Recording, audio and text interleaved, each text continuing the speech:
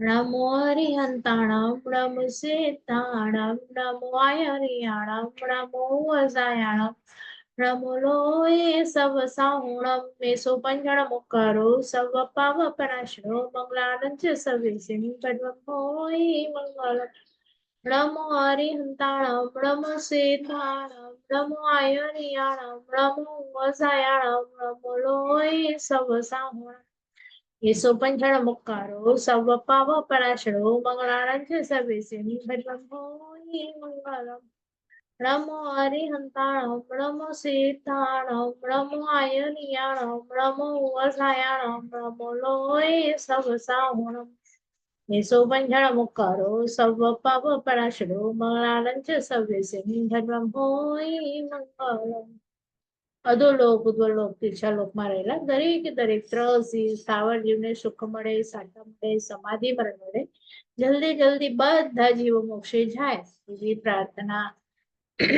ચલો બધા શાતામાં હશો અને આજનો આપણો વર્ગ જે વિચારનો એમાં આપણે રિવિઝન છે ને આ વખતે આપણે આપણો આજનો ટોપિક પૂરો થઈ જશે બંને ક્લાસ પછી કરીશું એટલે બધાના ટેબલ્સ આપણે પછી જોઈશું. આજે આપણે સીધો નવો વિષય સ્ટાર્ટ કરીશું એટલે એમાં હવે આવશે જેવી રીતે આપણે જીવો જોતા હતા તો એમાં આપણે લાસ્ટ ટાઈમ તિર્યંચો જોયા.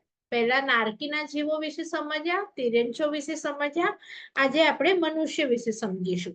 તો તમારા બુકમાં મારી બુકમાં પેજ નંબર 35 છે મનુષ્યનો અને ગાથા તમારી છે ને 23મી આપણે જે ગયા વખતે લીધી હતી એમાં મેં તમને કીધું હતું કે સેકન્ડ લાઈન હમણાં આપણે લેતા નથી. તો 23મી ગાથામાં જે નીચેની લાઈન છે એ મનુષ્ય વિશે છે. તો એ હવે આપણે આજે ગાથા લઈશું, એનો અર્થ લઈશું અને એટલામાં તો એ લોકો બધું મનુષ્ય વિશેની બધી વાતો કરી દે છે કારણ કે પછી 24માં તો દેવ માટે આવે છે. તો માત્ર એક જ લાઈન. તો શું છે એક જ લાઈન? કમ્મા કમગ ભૂમિ અંતરદીવા મનુષ્યાય. એનું ગુજરાતી અર્થ શું થયો? કમ્મા એટલે કર્મ ભૂમિ, કમ્મગ. હવે જો કમ્મા છે, આ છે, તો આ એટલે કઈ નથી તો અ છે. તો એ અ છે તે પાછળનો જે કમ્મ છે એ શબ્દનો અ છે. એટલે પહેલો શબ્દ કર્મભૂમિ છે પણ બીજો જે ખાલી તમને કમ્મ દેખાય છે એ કમ્મ નથી પણ આગળ આ થઈ ગયું છે તે અકર્મ ભૂમિ. એટલે કર્મભૂમિ અને અકર્મ ભૂમિ એમ બે ભૂમિની વાત કરવા માંગે છે. તો તમને અ નથી દેખાતું પણ બોલવાનું અકર્મ ભૂમિ છે. કેમ? એનો અ છે તે આગળનો પહેલો કમ્મ છે એમાં ઘૂસી ગયો છે એટલે માં થઈ ગયું છે. મ અને અ ભેગો થઈને માં, પણ ઈ કર્મ ભૂમિ છે અને પાછળનો અકર્મ ભૂમિનો અ એમાં આવી ગયો છે. એટલે તમારે શું બોલવાનું છે? કર્મ ભૂમિ અને અકર્મ ભૂમિ. અને પછી છે અંતરદીવા. તો પ છે એનો વ થાય અર્ધમાગધી ભાષામાં. તો અંતરદ્વીપ કેવા માંગે છે પણ અહીંયા વ લખ્યું છે એટલે અંતરદ્વીપ. તો એ અહીંયા મનુષ્ય રહે છે એટલે 3 ઠેકાણે રહે છે. પહેલું કર્મભૂમિ, બીજું અકર્મભૂમિ અને ત્રીજું અંતરદ્વીપ. બરાબર? આ ગાથાની લાઈન બધાને સમજાય? મનુષ્યાય એટલે કે મનુષ્ય રહે છે અલગ અલગ પ્રકારના. તો કયા પ્રકારના છે એ હવે આપણે જોઈશું. પહેલા આ 3 શબ્દ બધાને સમજાયા. પહેલો શબ્દ ગાથામાં છે કર્મભૂમિ, અકર્મભૂમિ અને અંતરદ્વીપ જે તમને સામે આપેલું છે. હવે કર્મભૂમિ એટલે શું એની ડેફિનેશન આપણે વાંચી. તો લખ્યું અસી કૃષિ જ્યાં હોય. તો અસી એટલે શું? તલવાર એટલે કે શસ્ત્રો, બધા શસ્ત્રો, ખાલી તલવાર નહીં બધા શસ્ત્રો. પછી મસી એટલે લેખન એટલે બધી વસ્તુઓ, લેખનની બધી વસ્તુ હોય એટલે કે પેપર હોય, પેન હોય, પેન્સિલ હોય, બધી વસ્તુ. અને કૃષિ એટલે કે ખેતી એટલે કે બધા જ અનાજ, ફળ જ્યાં આપણને કરવા પડે. તો કાં તો તમને શસ્ત્રો ચલાવવા પડે, કાં તો તમને લેખન કરવું પડે અને કાં તો તમને ખેતી કરવી પડે. એટલે જ્યાં અસી કૃષિનો વ્યવહાર હોય તે કર્મભૂમિ કહેવાય અને કર્મભૂમિ 15 છે. બરાબર? અને નીચેની ડેફિનેશનમાં શું છે અકર્મ ભૂમિમાં? જ્યાં અસી કૃષિનો વ્યવહાર નથી એટલે કે આપણે એક વખત પાર્લામાં ડાયરેક્ટલી વાત કરી હતી, મેં તમને સમજાવ્યું હતું 10 કલ્પ વૃક્ષોની. તો 10 કલ્પ વૃક્ષો આપણી ત્યાં ભરત ભૂમિમાં પહેલો આરો, બીજો આરો અને ત્રીજો આરો અને ચોથો આરો, એ 4 માં કલ્પ વૃક્ષ એટલે કેવી રીતે હોય, પહેલો બીજો ત્રીજો, ત્રીજામાં આદિનાથ પ્રભુ અંતનીય સમય આવે ત્યાં સુધી કલ્પ વૃક્ષ હોય, બરાબર. તો એ લોકો જ બધું ખાવાનું આપે, કપડા આપે, દાગીના આપે. તો માણસોને કઈ કરવાનું હોય ને, હવે માણસો પણ કેવા હોય, યુગલિક. યુગલિક એટલે શું, યુગલમાં જન્મે, એક હસબન્ડ એક વાઈફ, હવે ભાઈ અથવા બેન કો તો પણ ચાલે. કપલ, કપલ એટલે એક છોકરો એક છોકરી જન્મે, મોટા થાય અને એ લોકો જ લગ્ન કરે. તો એ લોકો જ લગ્ન કરે એટલે એ લોકોને બીજા પાત્ર ગોતવાની જરૂર નથી, બરાબર. તો એ લોકો મોટા થાય અને એ લોકોને બીજા કપલ સાથે પણ બહુ લેવા દેવા નથી, કારણ કે એમને 10 એક કપલને 10 કલ્પ વૃક્ષ હોય. તો એ કલ્પ વૃક્ષને કહી દે કે મારે આ ખાવું છે, આ પહેરવું છે, આ દાગીના જોઈએ છે, એટલે એ લોકોને કાંઈ કામ કરવું પડે નહીં. તો આવો યુગલિક કાળ હોય ને એ, અને એની ભૂમિ એટલે કે અકર્મ ભૂમિ, કર્મ એટલે કામ, કોઈ પણ કામ કરવું પડે નહીં. અને હવે હમણાં આપણો જ્યારે ચોથો આરો આવ્યો કે પાંચમો છે કે છઠ્ઠો છે, આપણા ત્યાં કલ્પવૃક્ષ નાશ પામ્યા. હવે પાછા આવશે પણ હમણાં નથી. તો હમણાં આ પહેલા જે અકર્મ ભૂમિ હતી ભરતની, એ હમણાં કર્મ ભૂમિ થઈ ગઈ છે. પણ એવી પણ શાશ્વતી જગ્યાઓ છે જંબુદ્વીપમાં, આપણે બધા જંબુદ્વીપમાં રહીએ છીએ. તો આપણે હમણાં કર્મભૂમિમાં છીએ, પણ આપણી અને મહાવિદ્ય એ બે કર્મભૂમિની વચ્ચે બે અકર્મ ભૂમિના પટ્ટાઓ છે. તો એ અકર્મ ભૂમિ એટલે હમણાં પણ ત્યાં યુગલિકો જ હોય છે અને હમણાં પણ ત્યાં કલ્પવૃક્ષો હોય છે, એટલે એને અકર્મ ભૂમિ કહેવાય. બાકી માણસો એ આપણા જેવા જ હોય, એમને કઈ અલગથી શિંગડા ઉગેલા ન હોય, આપણા જેવા જ હોય, પણ સાથે જન્મે અને સાથે મૃત્યુ પામે. એટલે એ લોકોને દુઃખ નામની વસ્તુ બહુ જ ઓછી હોય, પુણ્યશાળી હોય. પણ પુણ્ય તમે પૈસાની રીતે કહો તો છે, પણ ધર્મની રીતે કહો તો પુણ્યશાળી નથી, કારણ કે ધર્મ નથી ત્યાં, દેરાસર નથી, ગુરુ ભગવંત નથી, ધર્મની કોઈ ક્રિયા નથી. પણ એ લોકોનું પુણ્ય એટલું બધું છે કે કોઈ કશાયો બહુ કરવાનો વારો આવતો નથી, કારણ કે ક્રોધ માન માયા લોભ કરવાનો બહુ સમય કરવાની જરૂરત જ નથી. હવે એનો અર્થ એવો નથી કે એમની અંદર કશાયો નથી, પણ હા હમણાં કરતા નથી, બરાબર. તો હમણાં નથી કરતા માટે એ લોકો યુગલિક વાળા મૃત્યુ પામી અને કમ્પલસરી દેવલોકમાં જાય, દેવલોકમાં જ જાય. એ લોકો મૃત્યુ પામીને બીજે ક્યાંય જાય નહીં. પણ કર્મભૂમિના જે માણસો છે આપણે, એ લોકો દેવ પણ બની શકે, નરકમાં પણ જઈ શકે, મનુષ્ય પણ થઈ શકે, તિર્યંજ પણ થઈ શકે. એટલે આપણામાં અને એ લોકોમાં આટલો ડિફરન્સ છે, બરાબર. તો કર્મભૂમિના મનુષ્ય અને અકર્મ ભૂમિના મનુષ્ય, આ તમને સમજાયા? કોઈને પણ ડાઉટ હોય તો હમણાં પહેલા તમે પૂછી લો, પછી આપણે અંતર્દ્વીપને લઈએ. પછી હું ટેબલ પણ શેર કરું છું, જે પારુલબેન વીરાએ મોકલ્યું હતું, ખૂબ સુંદર હતું, અને અનિતાબેને પણ મોકલ્યું હતું. તો એ બંનેનું આપણે અનુમોદના પણ કરીએ, અને બીજા બધાના આઈ થિંક બાકી છે, તો તમે મોકલજો. કાં તો અચ્છા, આટલામાંથી કોઈને એવું છે કે એ પિક્ચર્સ કોઈને નહીં સમજાયા હોય, તો પહેલા આપણે એ પિક્ચર્સને એક્સપ્લેન કરીએ. બધા હતા જ્યારે પાર્લા આપણે બોર્ડ ઉપર 5 સર્કલ દોરેલા, જંબુદ્વીપ દોરેલું, પછી એની પછી લવણ સમુદ્ર દોર્યું હતું, કે તમારામાંથી કોઈ હાજર નહીં હતું, એવું છે તો આપણે ફરીથી કરીએ. બધા હતા? કોઈને પિક્ચર્સ નથી સમજાયા એવું છે? બેન હું નહોતી ત્યારે. અચ્છા, તમે નહીં હતા? ઓકે, આપણે એક વખત શેર કરીએ તો એમાં તમને વધારે આઈડિયા આવશે, અને પછી તમે ડ્રો પણ કરજો, તો જેથી તમને હજી વધારે આઈડિયા આવે.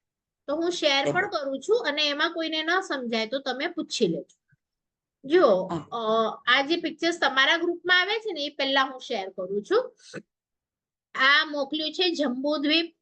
જો વચ્ચેનું એકદમ પહેલું રાઉન્ડ છે ને, એ તમે નહીં જોતા, એ પર્વત છે, મેરુ પર્વત. પણ એ મેરુ પર્વત શેમાં આવેલો છે? તો જે જંબુદ્વીપ છે ને, અહીંયા આપણે રહીએ છીએ, આ જંબુદ્વીપ. હવે અહીંયા હું તમને મોબાઈલમાં તમે જોશો કે લેપટોપમાં જોશો તો ઊભું દેખાય છે, પણ આ આપણે જ્યાં પગ રાખીએ છીએ જમીન ઉપર ત્યાં આડું આપણે સમજવાનું, કારણ કે આપણે રહીએ છીએ જમીન નીચે છે, બરોબર? તો જંબુદ્વીપ આપણે રહીએ છીએ. હવે આ જંબુદ્વીપની પાછળ જે લવણ સમુદ્ર છે ને, જ્યારે તમે ડ્રો કરો તો તમારી પાસે ચોક કલર હોય તો એ પાણી છે. તો પાણીનો જે બ્લુઇશ કલર હોય ને, એ બ્લુઇશ કલર તમારે ડ્રો કરવાનો, કારણ કે પાણી છે અને જંબુદ્વીપ છે એ આપણી જમીન છે. તો જમીનને તમારે બ્રાઉન ડ્રો કરવી હોય તો કરી શકો, બરાબર? તો આ 5 સર્કલ જ્યારે બનાવો તો એક જમીન, પછી એક પાણી, પછી જુઓ ઘાતકી ખંડ છે, તો એ ખંડ છે એ જમીન છે. તો એ જમીનની પછી પાછું કાલોદધી સમુદ્ર છે, તો ત્યાં તમારે થોડોક બ્રાઉનિશ અથવા ગ્રે કલર અથવા તો બ્લેક કલર એવો સમુદ્ર પણ પાણીની જેમ લહેરો બતાવવાની, એટલે સમુદ્ર છે તમને ખબર પડે, બરાબર? અને એના પછી પાછો દ્વીપ છે. દ્વીપ કોને કહેવાય? કે આગળ આપણે પોતે જમીન ઉપર હોઈએ અને આપણી આગળ અને પાછળ દરિયો હોય, તો આ અર્ધ પુષ્કર દ્વીપ છે એની આગળ પણ સમુદ્ર છે, પાછળ પણ સમુદ્ર છે, એટલે એને દ્વીપ કહેવાય. તો જંબુ પણ દ્વીપ કેમ કહેવાય છે? કારણ કે એની પાછળ સમુદ્ર છે, બરાબર? તો આપણે હમણાં ખાલી અઢી દ્વીપને જોવાનું છે, કારણ કે મનુષ્યો આ અઢી દ્વીપની બહાર હોતા નથી. પણ આવા દ્વીપ સમુદ્ર તમે મને પૂછો કેટલા, તો કે આપણે જેટલા દુનિયામાં લોકો છીએ એ બધાના નામનો એક એક દ્વીપ અને એક એક સમુદ્ર, એટલા દ્વીપ અને સમુદ્રો અહીંયા છે. જો આપણને દેખાતા નથી એટલે નથી એવું નથી, આ કેવળ જ્ઞાનીએ પોતાના કેવળ જ્ઞાનમાં જોઈ અને પછી કહ્યું છે કે આટલા દ્વીપ અને સમુદ્રો છે. પણ આપણે ખાલી હમણાં અઢી વિશે જોઈશું. તો આપણે અઢી એટલે આમ જુઓ તો 3 દ્વીપ, પણ તે ત્રીજો છે ને એને અડધો જ લેવાનો છે. કેમ અડધો લેવાનો છે? તો જે તમને પાછળ ટ્રાયેંગલ દેખાય છે એ શું છે? પર્વત છે. તો સમજો કે ત્રીજો આખો દ્વીપ હોય એની વચ્ચોવચ્ચ પર્વત આવી ગયો છે. આ પર્વતના કારણે આપણે ત્રીજા દ્વીપને ખાલી અડધો જ વાપરવાના છીએ, અડધો પાછળનો વપરાતું નથી એટલે કે ત્યાં મનુષ્ય હોતા નથી, જન્મતા પણ નથી. તો આપણે મનુષ્ય ક્યાં જન્મે છે? તો જંબુદ્વીપ આખો, ગાતકી ખંડ આખો અને પુષ્કર દ્વીપ પણ આખો મોટો લેવાનો, પણ વચ્ચે જે પર્વત આવી ગયો આનું નામ છે માનુષોત્તર પર્વત. આ જોઈએ તો લખી લેજો, મનુષ્યોત્તર. તર એટલે ઉત્તર, ઉત્તર એટલે પાછળ. તો આની પાછળ મનુષ્ય જન્મી શકે નહીં, મરી શકે નહીં, એટલે આપણે અઢી દ્વીપ આને કહીએ છીએ. આખા 3 દ્વીપ નથી કહેતા, પણ અઢી દ્વીપ કહીએ છીએ. ને આ અઢી દ્વીપમાં મનુષ્યો છે, સાધુ સાધ્વીજી છે, દેરાસરો છે, બધું છે. એટલે આપણે જે સામાયિક કરીએ ત્યારે આપણા હાથમાં જે મોમબત્તી હોય છે એમાં આપણે અઢી ઘડી કરીએ છીએ કે આ અઢી દ્વીપમાં રહેલા સાધુ સાધ્વીજી એટલે ચારિત્ર ભગવંતોને વંદન, પછી એનામાં રહેલા આપણા દેરાસરો હોય, તો આ બધા માટે આપણે અઢી ઘડી કરીએ છીએ એ રૂમાલની. તો એ આ અઢી દ્વીપને સૂચવે છે. તો પહેલા તો અઢી દ્વીપ એ ખ્યાલ આવ્યું બધાને? આપણે મનુષ્ય ક્યાં હશે? જો લવણ સમુદ્રમાં મનુષ્ય નહીં હશે, કાલોદધી સમુદ્રમાં મનુષ્ય નહીં હશે, પણ જંબુદ્વીપમાં છે, ગાતકી ખંડમાં છે અને પુષ્કર દ્વીપ આખો નહીં લેવાનો, પણ અડધામાં મનુષ્ય છે. આ જે મનુષ્યોત્તર પર્વત છે એની પાછળનો જે અડધો સર્કલ છે એમાં મનુષ્ય નથી. તો આટલું ચંદ્રિકાબેન ખ્યાલ આવ્યું? હા, તમે જે લોકોને પણ કોઈ પૂછવું હોય તો હમણાં પૂછી શકો છો, તો આપણે પછી આગળ જશું. જો જંબુદ્વીપ હવે તમે જોશો ને તો એની વચ્ચોવચ્ચ મેરુ પર્વત છે. તો એનો અર્થ શું થયો કે બધા દ્વીપ સમુદ્રની વચ્ચે મેરુ પર્વત છે. આ મેરુ પર્વત ઊંચો કેટલો છે? તો 1 લાખ યોજન જેટલો ઊંચો છે. તો હવે આ જે મેરુ પર્વત છે ને તેની આજુબાજુ તમે લાઈન ડ્રો કરો, 2 લાઈન ડ્રો કરો. હવે જંબુદ્વીપ આપણે થાળી જેવો નીચે ઇમેજિન કરીએ તો ત્યાં મહાવિદેહ ક્ષેત્ર છે. મેરુ પર્વત મહાવિદેહ ક્ષેત્રમાં આવેલો છે, બરાબર? આટલું ખ્યાલ આવ્યું? પછી એની આગળની સાઈડ જાઓ, જેવી રીતે તમે પાર્લા રહો છો તો તમે એક બાજુ જાઓ તો તમને સાન્તાક્રુઝ આવે, અને એક બાજુ જાઓ તો તમને અંધેરી આવે, અને તમે વચમાં છો તો એ મહાવિદેહ વચમાં છે.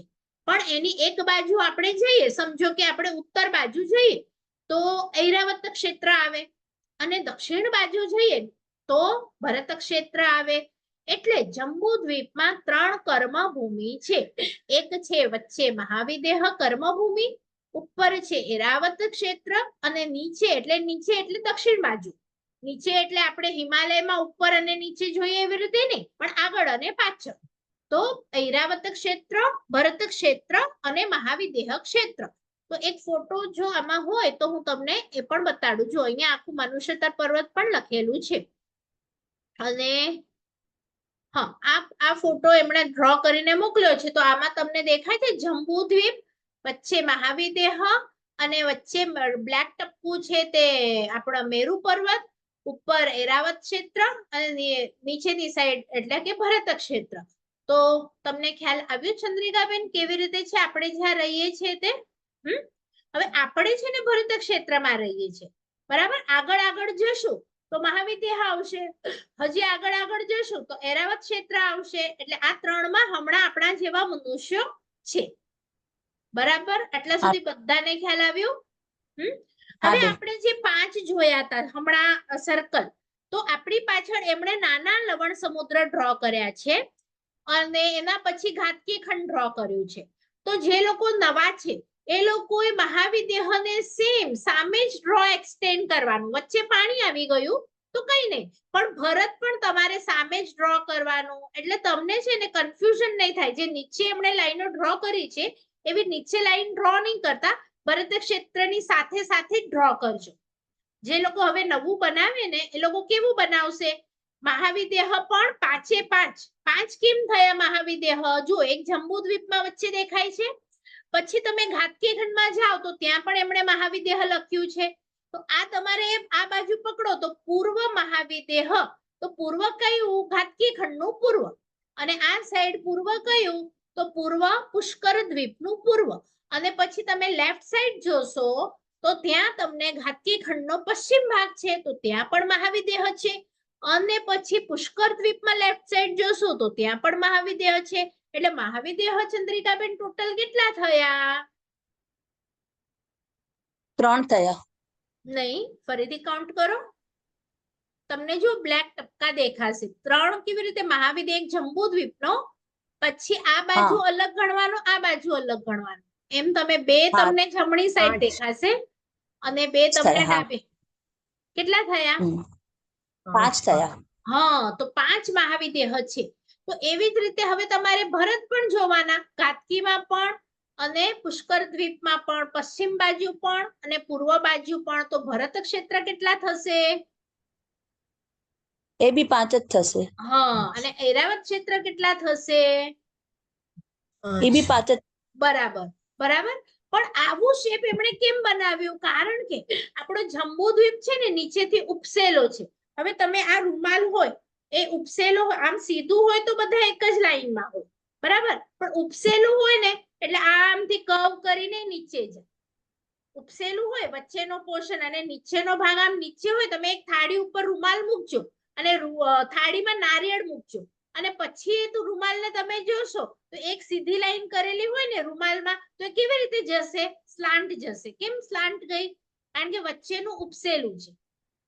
તમને ખ્યાલ આવ્યો? તો તમે આટલું બધું એમણે બનાવ્યું છે એવું નહીં કરતા, તમે સામે જ હમણાં કરજો એટલે તમને 5 ઈરાવત બરાબર ખબર પડે.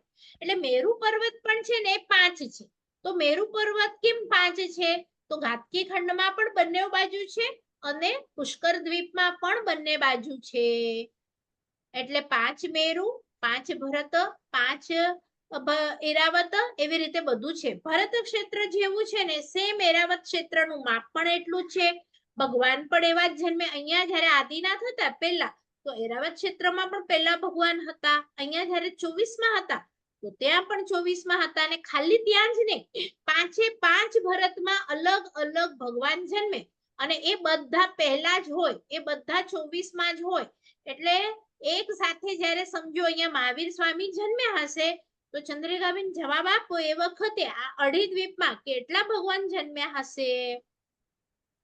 ત્યાં બી 24 ભગવાન જ જન્મ્યા હશે. નહીં, એક જ. આપણે હમણાં કોઈ બી એક ઋષભદેવની વાત કરીએ અથવા મહાવીર સ્વામીની વાત.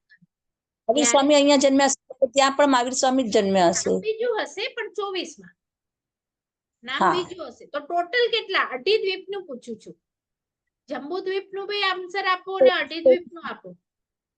એટલે 24 એવી રીતે તમે કહો છો કે 24 અહીંયા મહાવીર સ્વામી છે જ્યારે, ત્યારે 24 માં ઈરાવતમાં ભગવાન. પણ એક જ ભગવાન છે અને અહીંયા પણ એક જ ભગવાન છે. બરાબર? તો 3 હા તો 3 ત્રણ કેવી રીતે? એ જંબુદ્વીપનો જવાબ થયા કે જંબુદ્વીપમાં તો બે જ જન્મ્યા, મહાવિદ્યમાં ન જન્મે. એવી રીતે મહાવિદ્યની ગણિત અલગ હોય. ખાલી મેં શું કીધું, ભરત અને ઈરાવતમાં બધું સરખું હોય. તો ત્યાં એક અને અહીંયા એક. તો તો બે ભરતમાં થયા. ટોટલ કેટલા જન્મે? ટોટલ ભરત કેટલા છે? 5 છે ને? ભરત 5 કેટલા ક્ષેત્ર છે? 10 થાય. ભરત ક્ષેત્ર કેટલા છે?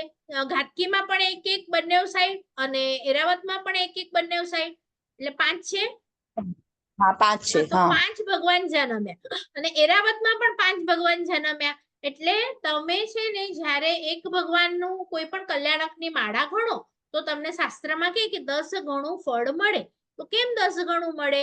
કારણ કે એ વખતે બીજા 9 પણ ભગવાન જન્મ્યા છે. તમે એમનું પણ કલ્યાણક ઉજવી શકો.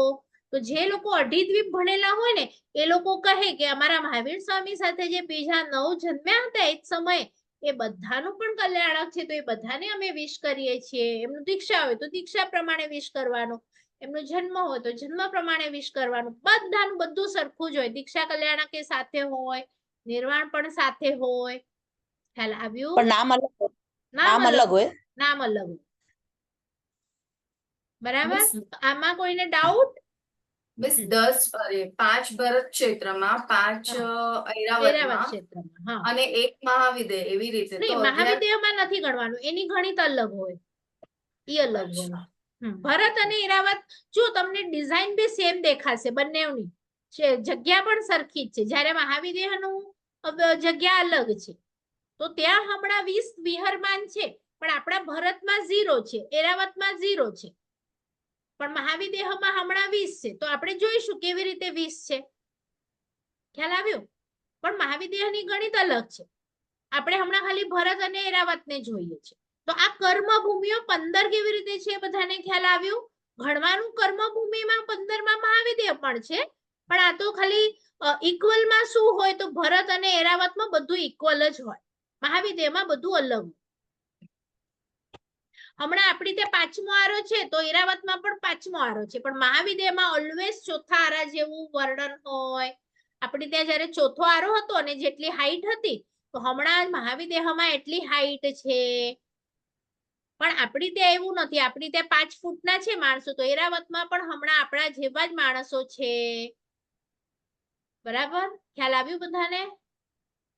આપણે હવે મનુષ્ય ભણી રહ્યા છીએ, તો મનુષ્ય 15 ઠેકાણે છે કર્મભૂમિના. તો એ 15 બધાને ખબર પડશે ક્યાં ક્યાં છે. તો બોલવાની ટ્રાય કરવી હોય ને તો કેવી રીતે કરવાની? જો વચ્ચેનું હું પહેલા બોલું છું કે જંબુદ્વીપનો મહાવિદ્ય નંબર 1, તો પછી પૂર્વ ઘાતકીનો મહાવિદ્ય નંબર 2, પછી પૂર્વ પુષ્કર દ્વીપનો મહાવિદ્ય નંબર 3, પછી નંબર 4 પશ્ચિમ ઘાતકી મહાવિદ્ય અને પશ્ચિમ પુષ્કર મહાવિદ્ય. હવે ભરત ક્ષેત્ર બોલવાની ટ્રાય કરો. તમારામાંથી 5 ભરત ક્ષેત્ર બોલવાના છે. જંબુદ્વીપનો ભરત ક્ષેત્ર. પછી કયો ભરત ક્ષેત્ર આવશે? પૂર્વ ઘાતકી. બરાબર? પૂર્વ ઘાતકી એટલે તમારી રાઈટ સાઈડ નો ભરત ક્ષેત્ર લો. પછી પૂર્વ પુષ્કર. બરાબર? પછી પશ્ચિમ ઘાતકી અને પશ્ચિમ પુષ્કર. 5 ભરત થયા. અને પછી ઈરાવત નું હવે બોલો.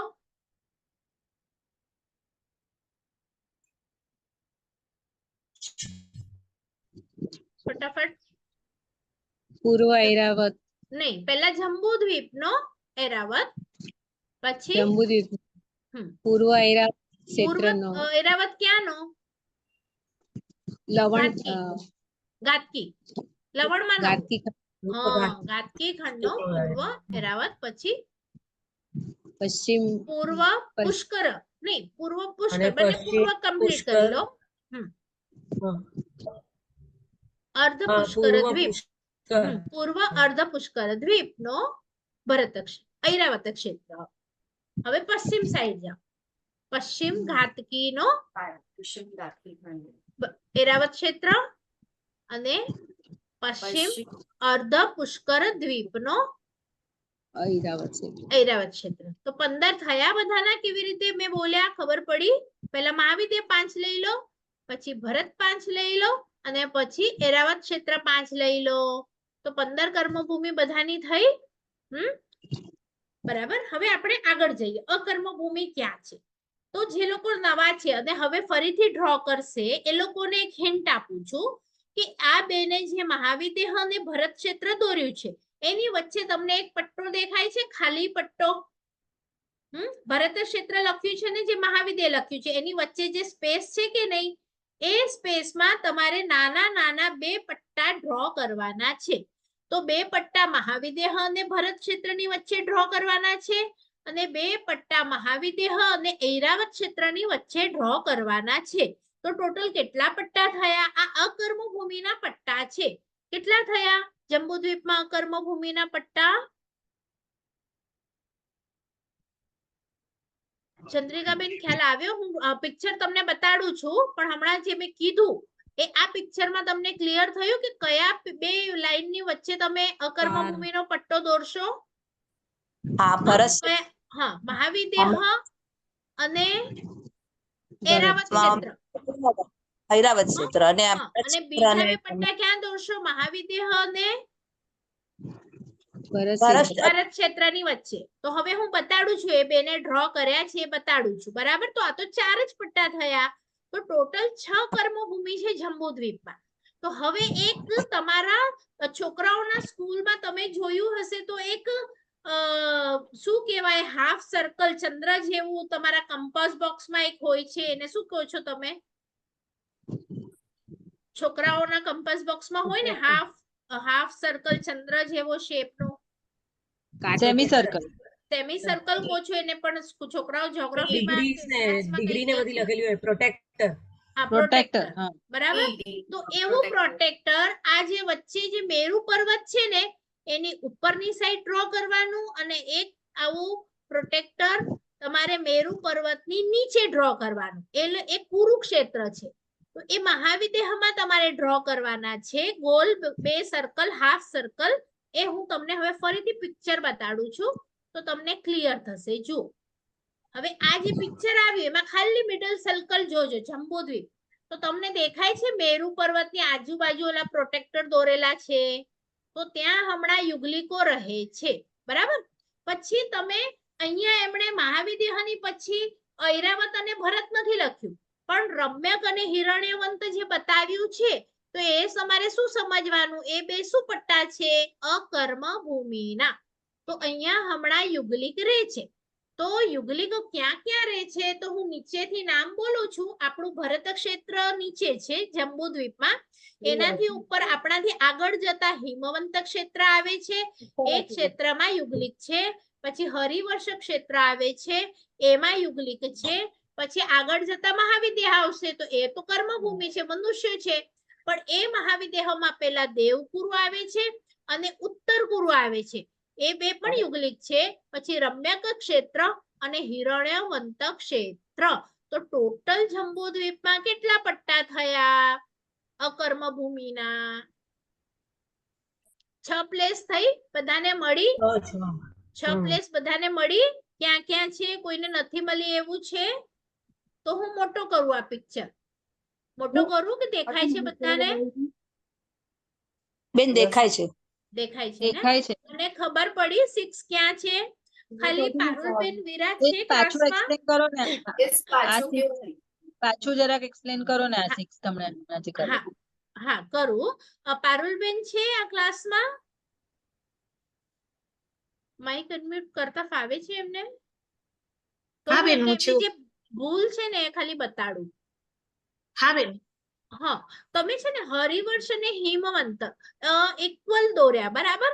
તો વચ્ચે હા. નાની સ્પેસ છોડવાની, કારણ કે એ બંનેની વચ્ચે પહાડ છે. તો બરાબર. એટલું મિસ્ટેક છે.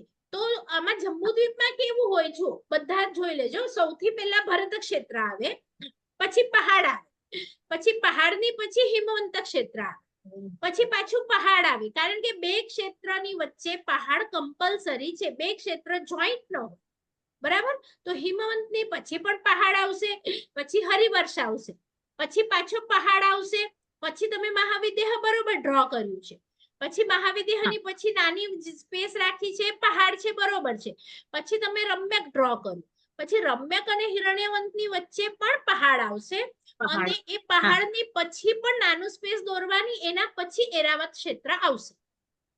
હા. એટલે બધાને સમજાયું કે કોઈ પણ એક ક્ષેત્ર હોય મનુષ્યનો રહેવાનો, કર્મભૂમિ, પછી પહાડ, એટલે હું નીચેથી નામ બોલું છું, પહેલા ભરત ક્ષેત્ર, પછી પહાડ, પછી હિમવંત ક્ષેત્ર જ્યાં યુગલિક રહે છે, પછી પહાડ, પછી હરિવર્ષ ક્ષેત્ર જ્યાં યુગલિક રહે છે, પછી પહાડ, પછી મહાવિદ્યનો પટ્ટો, તો ત્યાં દેવકુરુ અને ઉત્તરકુરુમાં યુગલિકો રહે છે, પછી પાછું પહાડ, પછી રમ્યક ક્ષેત્ર એટલે યુગલિક ભૂમિ, પછી પહાડ, પછી હિરણ્યવંત યુગલિક ભૂમિ, પછી પહાડ, અને પછી કર્મભૂમિ આપણું જે એરાવત ક્ષેત્ર હતું ઈ. તો આવી રીતે 13 પ્લેસીસ જંબુદ્વીપમાં છે. 13 કેવી રીતે થઈ? જો નંબર 1 ભરત ક્ષેત્ર, અને પછી નંબર 2 પહાડ, બરાબર, પછી નંબર 3 હિમવંત ક્ષેત્ર, અને નંબર 4 પહાડ, નંબર 5 હરિવર્ષ ક્ષેત્ર, નંબર 6 પહાડ, નંબર 7 મહાવિદ્ય ક્ષેત્ર, નંબર 8 પહાડ, નંબર 9 રમ્યક ક્ષેત્ર, પછી નંબર 10 પહાડ, નંબર 11 હિરણ્યવંત ક્ષેત્ર, પછી પહાડ, અને પછી 13મો નંબર ઐરાવત ક્ષેત્રનો. એટલે ટોટલ જંબુદ્વીપ 13 પ્લેસીસમાં ડિવાઈડ છે. હું આ ફોટો ફરીથી 13 નો એક સાથે મૂકી દઈશ ગ્રુપમાં, પણ હમણાં મેં જે સમજાવ્યું એ તમને ખ્યાલ આવ્યું બધાને, કે કોઈને નહીં સમજાયું? જંબુદ્વીપ કેવી રીતે 13 માં ડિવાઈડ થયેલું છે? હવે એ 13 માં શું છે? 3 કર્મભૂમિ છે, પછી બીજી અકર્મભૂમિ છે, અને પહાડો છે. આ 3 થી ડિવાઈડ થયેલું છે, બરાબર. તો હવે જે આપણે ભરત ક્ષેત્રમાં કર્યું હતું એવી જ રીતે તમારે ઘાતકી પૂર્વ અને પૂર્વ પુષ્કર દ્વીપ અને પશ્ચિમ ઘાતકી અને પશ્ચિમમાં આ જ લાઈનો એક્સટેન્ડ કરવાની. એટલે તમારા રમ્યક ક્ષેત્ર કેટલા થશે? હવે કોણ જવાબ આપે છે? ટોટલ રમ્યક ક્ષેત્ર કેટલા થશે? 5. બરાબર. હિરણ્યવંત ક્ષેત્ર કેટલા થશે? એ પણ 5 જ થશે. પાંચ બરાબર. જ થશે. એટલે હવે તમે ટોટલ કરો, 5 હિરણ્યવંત, 5 રમ્યક. ઉત્તર કુરુ કેટલા થશે? કારણ કે 10. મેરુ તો ત્યાં પણ છે એટલે 5. પછી દેવકુરુ કેટલા 5. થશે? 5. પછી હરિવર્ષ કેટલા થશે?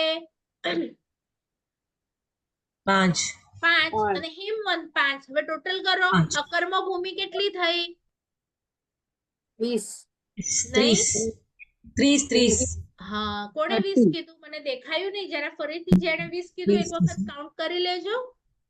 ઉત્તર કુરુ, દેવકુરુ, હરિવર્ષ, હિમવંત, હિરણ્યવંત, હા, રમ્યક. અકર્મ ભૂમિ છે એટલે હા. 30. 6 5 હા, એટલે બધાને જ ખ્યાલ આવ્યું. 30 અકર્મ ભૂમિ, હમણાં ત્યાં યુગલિકો રહે છે એટલે આ 30 અકર્મ ભૂમિ. અને એમ એ બેને ઓલું સરસ દોર્યું હતું કે કર્મ ભૂમિનું અલગ કર્યું હતું અને અકર્મ ભૂમિનું અલગ કર્યું હતું. તો તમારે આવી રીતે 2 પિક્ચર્સ બનાવવાના છે, પણ જે લોકો નવા છે એ લોકો એક જ લાઈનમાં બધા બનાવજો, અલગ અલગ નહીં કરતા. અને અહીંયા તમને આ 15 ભૂમિ અહીંયા બતાડી છે અને 30 ભૂમિ નીચે બતાડી છે. જો હવે આ તમે જોશો ને તો તમને ખ્યાલ આવશે. હું જે કહેતી હતી ને કે આપણું ભરત ક્ષેત્ર, હવે ભરત ક્ષેત્રમાં પણ કેવું છે ખબર છે? વચ્ચે પર્વત છે એટલે આપણું ભરત ક્ષેત્ર પણ 2 માં ડિવાઈડ થાય. તો દરેકમાં વૈતાઢ્ય પર્વત હોય ને એ ક્ષેત્રને ડિવાઈડ કરે. એટલે અહીંયા નીચે બતાડ્યું છે કે ઉત્તર ભરત ને દક્ષિણ ભરત, પણ તમારે કર્મભૂમિ આખી એક જ લેવાની છે. પણ એના પછી જુઓ તમને લઘુ હિમવંત પર્વત દેખાશે, જે આપણી ત્યાં તમે જોશો તો બરફના પહાડો દેખાય છે. તો એનાથી આપણું ભરત ક્ષેત્ર અલગ થઈ જાય એટલે હિમવંત. હિમ એટલે બરફના પર્વતો. અને એના પછી જે છે ને હિમવંત ક્ષેત્ર છે. તો અહીંયા યુગલિક ભૂમિ છે, યુગલિકો રહે છે. અને પછી મહાહિમવંત પર્વત છે, એટલે કે આ હિમવંત હતો ને એનાથી મોટો હિમવંત પર્વત. અને એના પછી પાછું જુઓ લેફ્ટ સાઈડ તમને હરિવર્ષ દેખાશે. તો હરિવર્ષ દેખાય છે ને એ યુગલિક નો પટ્ટો છે. અને એના પછી નિષધ પર્વત દેખાય છે.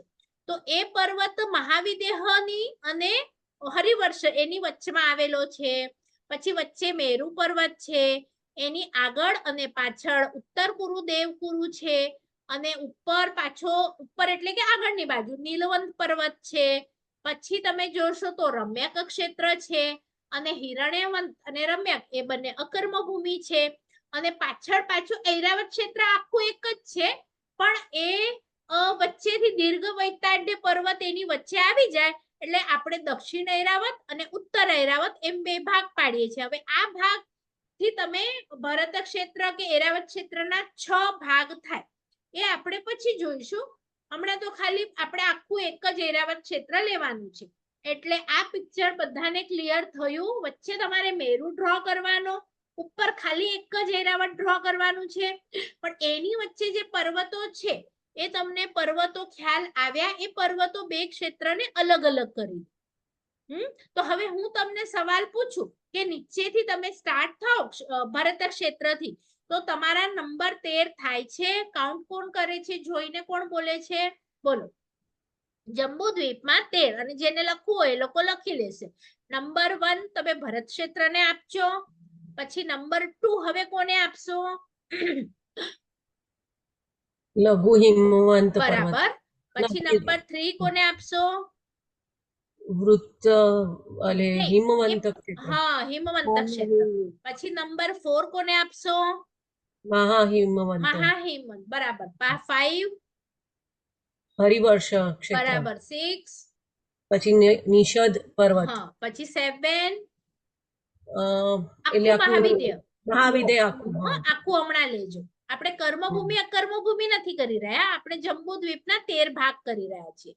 બરાબર. તો આ 7 થયું. તો મહાવિદ્યની આ સાઈડ 6 છે, તો ઓલી સાઈડ પણ 6 વસ્તુ હોય, એટલે મહાવિદ્ય વચ્ચે છે, એટલે ટોટલ 13 ભાગમાં ડિવાઈડ થાય છે જંબુદ્વીપ. બરાબર. ક્ષેત્ર અને પર્વત. તો ઉપરની સાઈડ નીલવંત પર્વત, પછી રમ્ય ક્ષેત્ર, પછી રૂકમી પર્વત, પછી હિરણ્યવંત ક્ષેત્ર, શિખરી પર્વત અને ઐરાવત ક્ષેત્ર. બધાને ખ્યાલ આવ્યું? 13. કોઈને ના આવ્યું હોય તો શરમ નહીં કરતા પૂછી લેજો, અને કદાચ મીટિંગ બંધ થશે તો આપણે ફરીથી જોઈન થશું. 1 મિનિટમાં મીટિંગ બંધ થશે.